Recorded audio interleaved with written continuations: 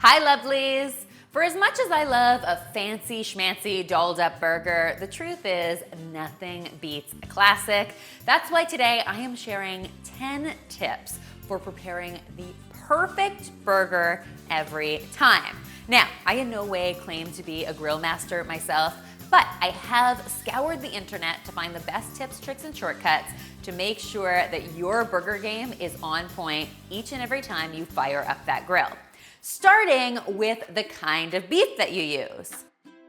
When choosing your beef, the most important consideration is its fat ratio. So that means the ratio between the meat protein and the fat itself in the burger. When it comes to a burger, fat equals flavor, which means more fat is going to equal more delicious flavor.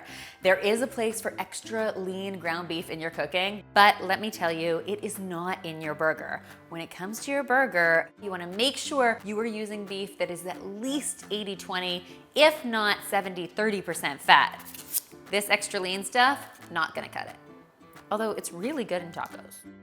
My second tip, guys, is to always use freshly ground beef in your burgers if you want to make them really delicious.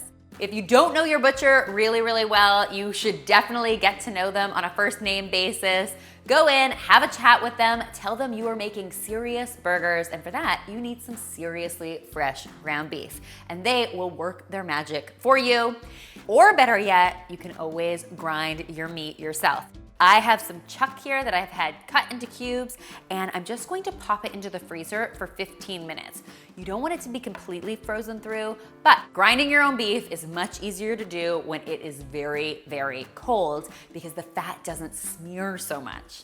I know, that didn't sound appealing at all. Trust me, we're getting to the good stuff.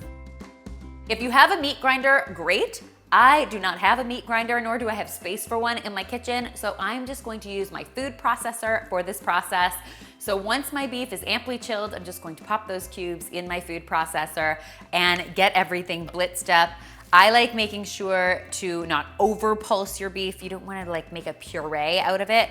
You're looking for your beef to be about the size of a cooked grain of rice. My third tip, guys, is to not overwork your beef. In fact, you should barely touch it.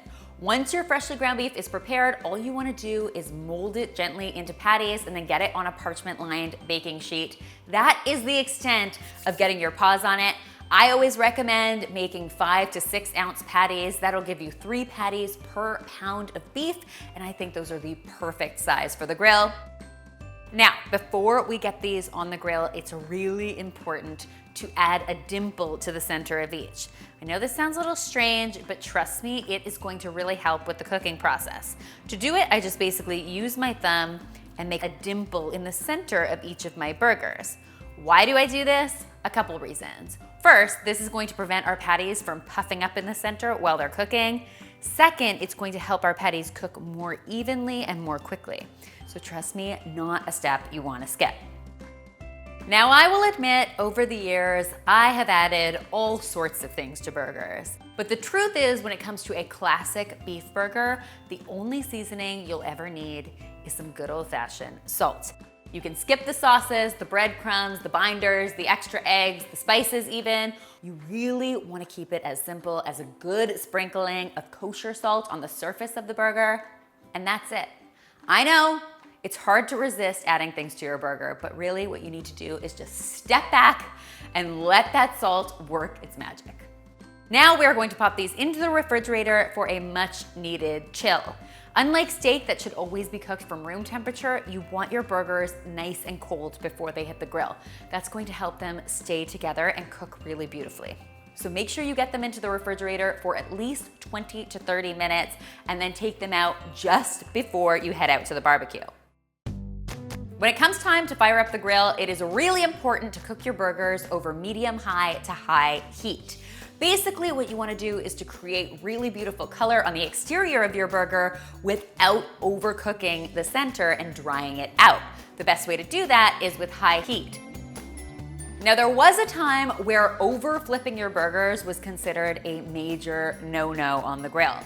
But that has been actually debunked as a myth, and now they say that you can actually flip your burgers as many times as you want to during the process. The idea is the more times you flip them, the more evenly and thoroughly they're going to cook. So go ahead and flip to your heart's content. But one no-no that still stands is about not squishing your burger. Under no circumstance should you be pressing down on your burger. You have to remember that as you're cooking this burger, that fat is melting and getting nice and juicy, and by squishing it, you're basically pressing out all that fat, which means you're also pressing out all that flavor. Don't do it. Leave the burger alone. If you can't resist, then only use tongs on your grill as opposed to a spatula. That should stop you. Tip number 10 is one I have mentioned time and time again on the channel, but it's worth mentioning again. The only way to know if your burgers are completely finished cooking is with a meat thermometer. I always recommend using a digital read meat thermometer because it gives the quickest and most accurate results, but any meat thermometer will really do. It's just really important to know what temperature your burger is at before you pull it off the grill. When it comes to how well cooked your burger should be, the choice is really yours.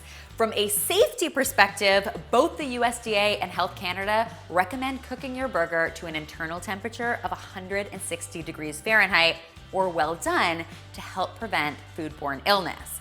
Foodborne illness is especially dangerous for children, the elderly, and women who are pregnant.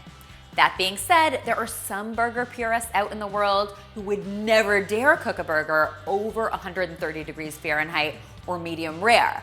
To be honest, I have always preferred my burgers between 140 and 145 degrees Fahrenheit, which is about a medium, but of course, the choice is completely yours. You just have to consider all the risks.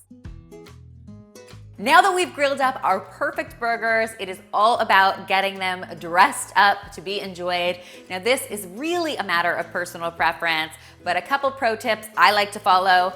First of all, always butter your buns before you grill them. That makes them extra flavorful. The second tip is to always put your lettuce on the bottom bun under your burger to protect the bottom bun from getting soggy. Always a good idea.